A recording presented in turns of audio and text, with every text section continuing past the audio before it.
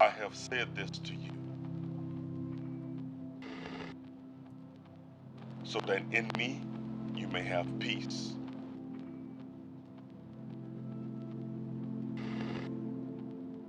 In the world, you face persecution,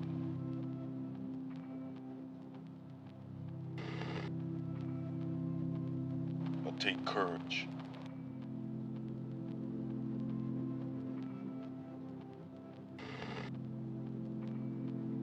I have conquered the world.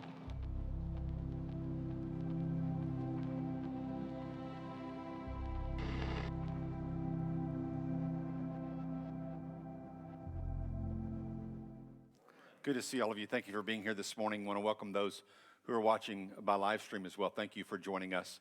We want you to know that when you feel comfortable coming and worshiping with us here in person at First Temple, we're ready when you're ready. So whenever that is, please come join us. But for now, we're so glad that you've joined us by live stream. And thank you all for being here today. If this is your first Sunday, I hope to get to meet you. I'm Joe. I'm the lead pastor here. And I'll be in the Commons right out here after the service and would love for you to come by, introduce yourself to me and my wife, Valerie, before you leave. That'd be great. None of us really knows how we're going to respond or react when we get the worst news possible, that our life possibly is about to be over. None of us knows how we're going to respond to that. We think we do. We contemplate how it might be. And for those of us who have been through that experience, and some of us have, we know how we did respond. And today, what I want to share with you is that when you get to that spot, and we all will, as we think about how finite and short this life is, we need to remember that Jesus is greater. We've been talking about how Jesus is greater in the storms. He's greater than anything that could haunt us or cause us despair. Today we're going to see how Jesus is greater than sickness and even death. And we're going to look back in Luke chapter 8, that place where we've been looking for several weeks. So open up a copy of God's Word or look with me in the church app, Luke chapter 8. As usual, I'll read from the New American Standard Version. And I want to share with you today the story of two people who encountered Jesus, and they personally discovered that Jesus truly is greater. So in Luke chapter 8, we've ridden in the boat with the disciples and Jesus across the Sea of Galilee, opposite Capernaum, over to a foreign land where God's people did not live, but other people lived. And as Jesus got out of the boat there, after surviving the storm with the guys and quieting the storm, and proved that he was greater than the storm, immediately a man came up to Jesus who was the victim of demons. And Jesus proved that he was greater even in the supernatural, in the spiritual world, not just physical, but in the supernatural and spiritual. And then the people were so frightened by the power of Jesus, they invited him to leave, which is really a weird response, right? So Jesus, being very obliging, got in the boat and left. And so now we're traveling back across the sea with the disciples and Jesus, and he gets to the other side of the sea, and this is what happens. Luke chapter 8, verse 40, and as Jesus returned, the people welcomed him. Now that is a downplay for sure by Luke. Man, they had a parade going. It was like somebody was coming home from a deployment. They were so excited that Jesus came back because they had witnessed all the incredible miracles that he had been performing. I don't know about your pet when you're gone and come back, but I can be gone for as much as 5 minutes. I do that very often. I get in the truck, I leave, I forgot something, I come back. Anybody else have that problem? I come back, and Buzz, you would have thought I had been away at war for 5 years, the way he is so excited that I'm back. That's the scene here when Jesus arrives back across from where he helped the man who was inflicted by demons. It says the people welcomed him, for they had all been waiting for him.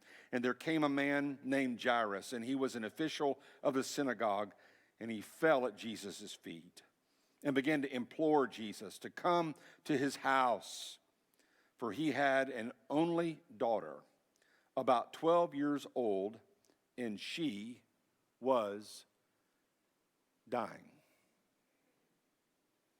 Now, as I said, none of us know how we're going to respond, how we're going to react when we discover that we're going to die, or when we discover that someone who is very close to us, maybe an only child, is about to die. But if we've been there, we realize that in 1997, on my 37th birthday, the doctors discovered in my right lung a very slow-growing, very rare for that particular place in the body, malignant tumor. It was an answer to prayer, which sounds weird at first until I explained to you, and you know my story if you've been here any length of time at all. But for you new folks, this happened when I was 37. I had been hospitalized 5 times that year with recurring pneumonia. Our oldest child, Brianna, was 6 years old. Our son, Worth, was 3, and Glenna was 1 month old when we discovered this tumor in my lung. As I said, it was an answer to prayer because I kept getting pneumonia, and I had been told it was this or that, and they'd give me medicine for this and medicine for that, and nothing seemed to work. And I just really felt like the last thing they had suggested was not really right. So I prayed a very weird prayer. I said, Lord, if this is really not the solution and there's something really, really big and wrong with my body, I want to get sick again and for you to help the doctors find out what it is.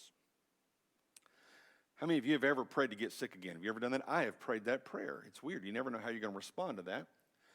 And finally, about a week later, I got sick again, was in the hospital on my 37th birthday. They discovered this tumor.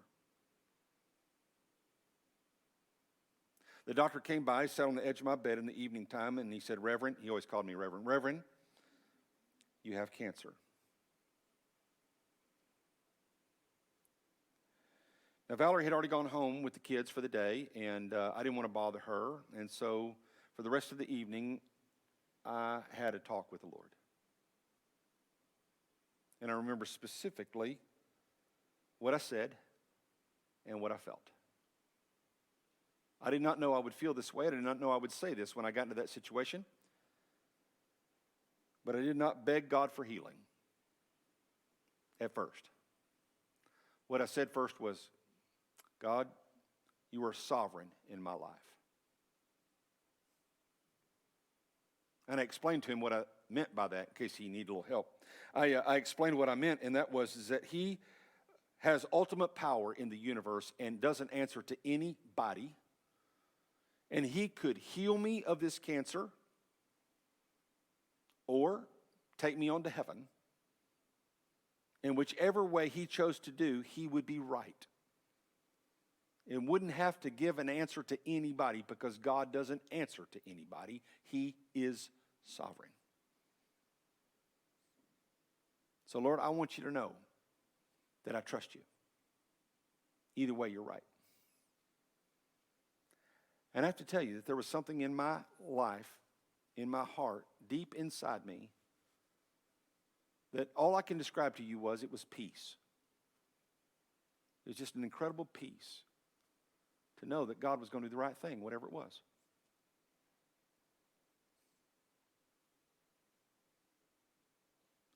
Now, God did heal me. I lost most of my right lung over it. You think I'm long-winded now. You should have seen me then. Man, I could go.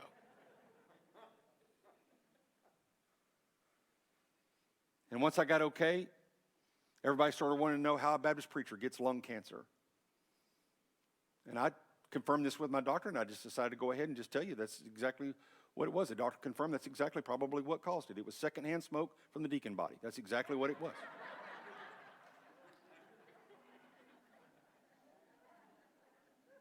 That's one old one. You've heard that one so many times. Come on.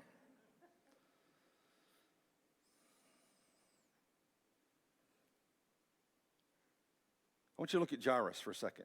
There's a reason why I told you that story. Jairus found himself in a very unusual spot. We did not run into Jairus earlier in the Gospel of Luke by name, but I think he was there. If you look in Luke chapter 4, he is the official of the synagogue who is lining up all the ones who would read scriptures, who would lead in worship, who would pray the prayers, who would take the offering, who would usher, who would welcome people, who would stand at the connection point after synagogue was over, all that sort of stuff. He's the one that lined all that stuff up. And so he was the keeper of the scrolls, and so he would be the one that would stand there and unroll the scroll for whoever was reading that day, and I'm sure that before it was over with, he had encountered Jesus coming to read out of the scrolls, out of the Hebrew Scriptures. And he probably was very in awe of the authority that Jesus spoke with, as it says in the Gospel of Luke, but also was probably among those synagogue and Jewish leaders who had a problem with the content of what Jesus was saying with such authority, to the point where they actually wanted to figure out a way to kill him. But then the chips were down. His daughter got sick and had a terminal disease, and Jairus went to Jesus. You never know what you're going to do until you get in that situation and how you're going to respond to it. And Jairus went to Jesus. Luke has all these plays on words in the gospel that he wrote, and it's not foreign to read that, and Jairus came to Jesus. Just like the man who was the victim of demons, as soon as Jesus got out of the boat on the other side of the Sea of Galilee, that man ran right up to Jesus and presented his problem to him.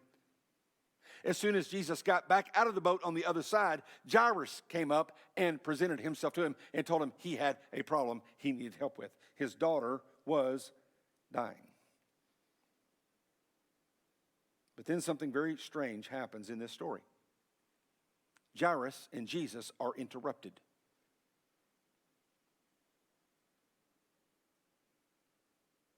Look in verse 42. It says, Jairus had an only daughter about 12 years old, and she was dying. But as Jesus left to go to Jairus' house, the crowds were pressing against him. Verse 43, and a woman who had a hemorrhage. Your version may say issue of blood. That was the official diagnosis of a woman with that particular problem, an issue of blood.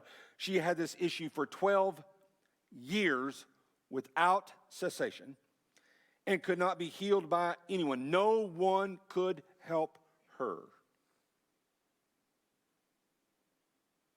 This woman came up behind Jesus and touched the fringe of his cloak, and immediately her hemorrhage stopped. She was healed. Jesus stopped and said, "Who is the one who touched me?" And while they were all denying it, Peter said, "Psst, Master, the people are kind of all crowded and pressing in. They're all brushing up against you. Everybody's touching you." Verse 47. When the woman saw that she had not escaped notice, she came trembling and fell down before him. Where had Jairus fell? At the feet of Jesus. Where did this woman fall? At the feet of Jesus. She fell before him and declared in the presence of all the people the reason why she had touched him and how she had been immediately healed. And Jesus said to her, "Daughter, your faith has made you well. Go in peace." I want you to know something about this woman. Jairus had standing in the community. Not just socially, but spiritually. He was an official in the synagogue. He had great responsibility. Sometimes our culture, even our church culture, kind of tends to put rank on people and say, well, that person's more spiritual and is more blessed by God because they are like Flynn with him.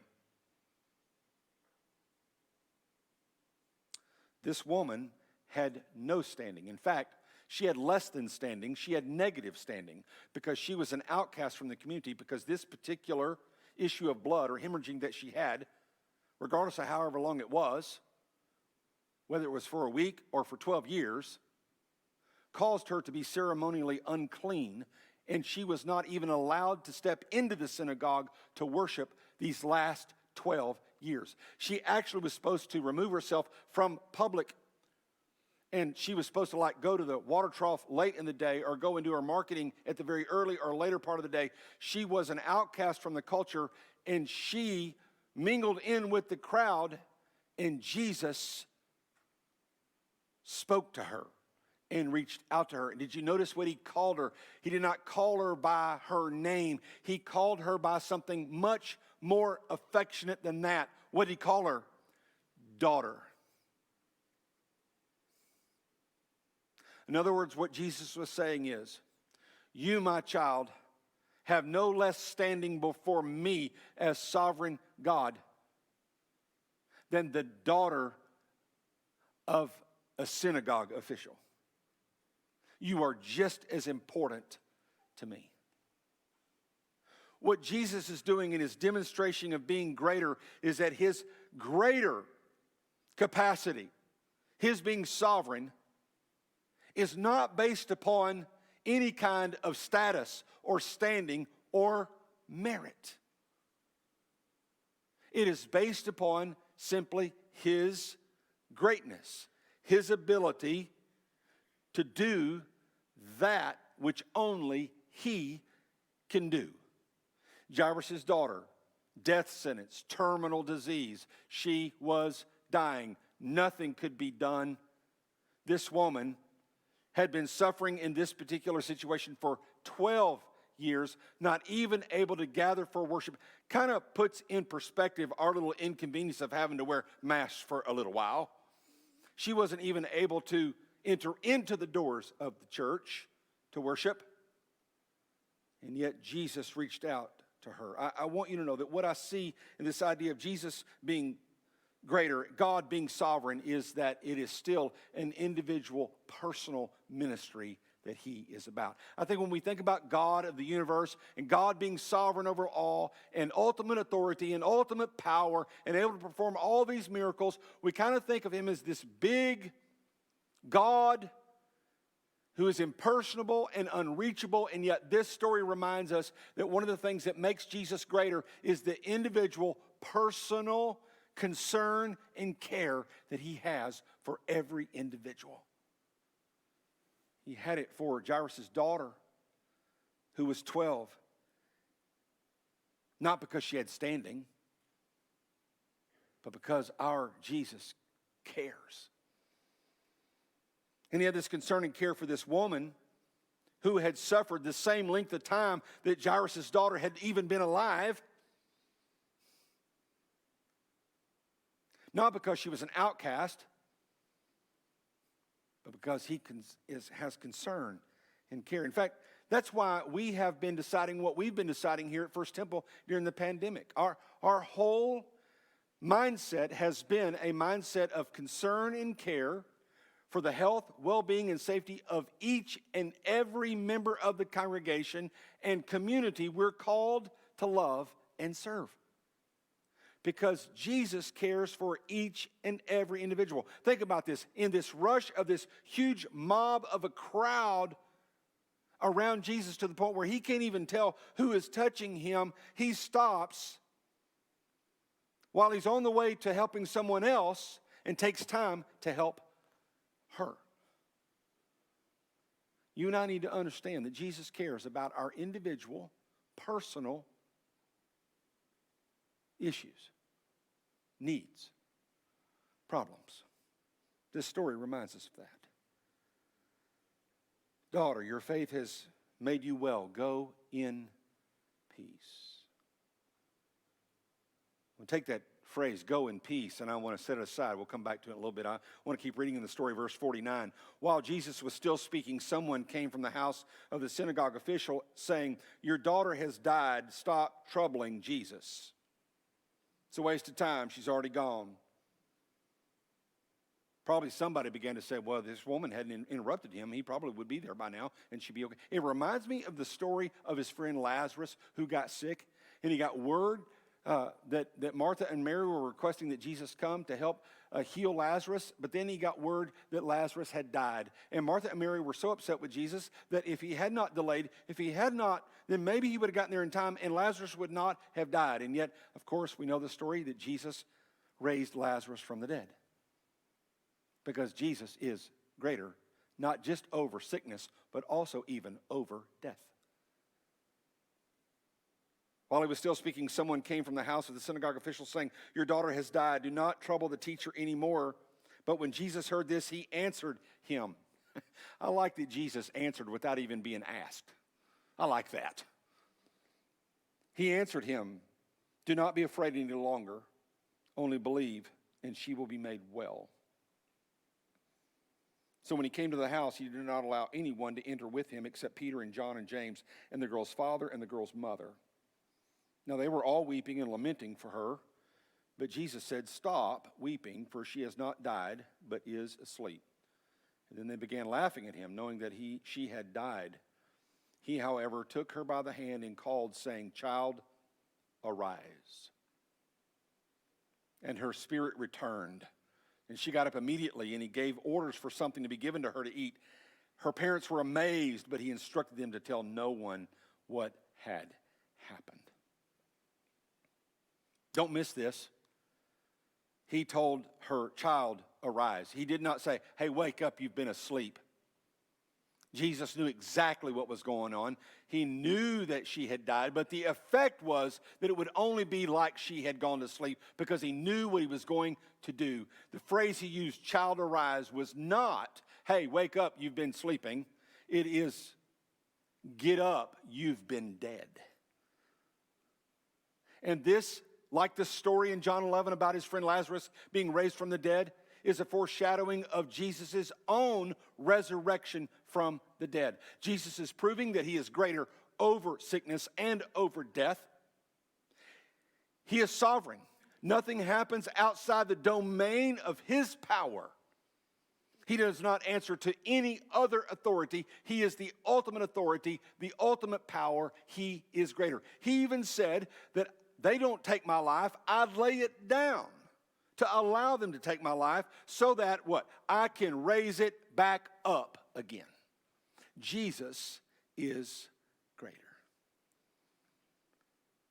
This idea of his being sovereign in our lives, and that it is individual and personal to us, that he cares for your needs and my needs, should bring life to us.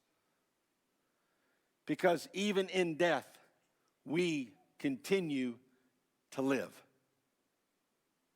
Now, you may be thinking, well, that's easy for you to say, Pastor, because when you were 37 and got cancer, God healed you. Well, he did. He did. I've got less lung than you do, most of you. But I just turned 60. And I'm grateful for that. But can I share something with you? If you remember from how I told you the story, it's really how it happened. The peace came on me in my heart that night before I knew whether or not he was going to heal me. There was this peace in my life that said, God is sovereign. He's right. He will not mess this up. Even if Val's going to be a widow at 33, God will be right. That's just how I believe. And it brought me peace.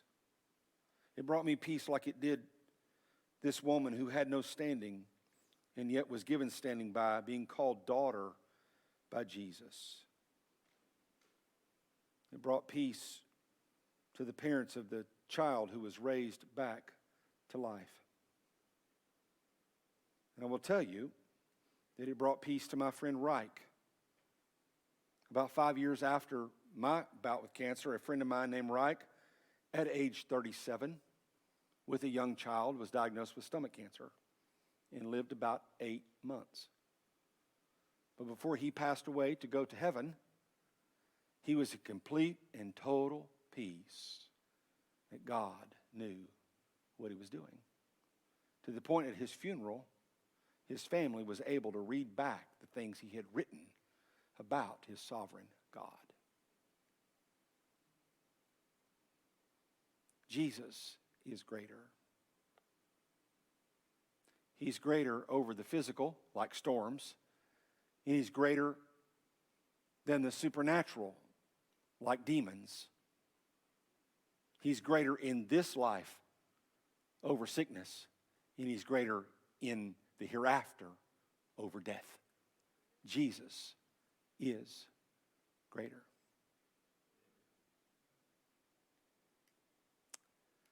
About 11 years ago, my dad had really been suffering. 9 years before that, he had had a heart transplant, and most of that was not very high quality of living, but it did give us an extra 9 years with my dad. And my dad turned 75. When he got his heart at 65, he wanted to get to 75, and he was in the hospital suffering from some stuff, cancer and other things going on in his body because of the immune suppression drugs that he was on, because of the heart transplant. And he got to 75, and he woke up the next morning in the hospital, and he told my mom, he told us, he told his doctors, I'm ready. I'm at peace. I want to discontinue the dialysis. Now, truth be told, the dialysis had begun to be very ineffective in his body, and the last session he had of dialysis almost took his life. And so the doctors were somewhat relieved. We understood it, and my dad was at peace. He said, I want to go home. I want my family there, and I'll live as many days as God has numbered for me. So we all gathered around his bed in his home, and a few days later, my dad breathed his last. And I'll tell you something. Those last few days, his face, his voice, his countenance had one distinguishing characteristic to it: peace. And I remember when he breathed his last breath, we could all be at peace because our dad was at peace. Because Jesus is greater. Now, sometimes we pray at the end of a sermon. Sometimes we read a poem at the end of a sermon. Sometimes we do different things. Today we're going to sing a song, and Gary and Catherine are going to come up and lead us in this song. And I want you to just prepare to celebrate the greatness of our God, the sovereignty of our God, the power of our God, because Jesus is greater. You guys come and lead us.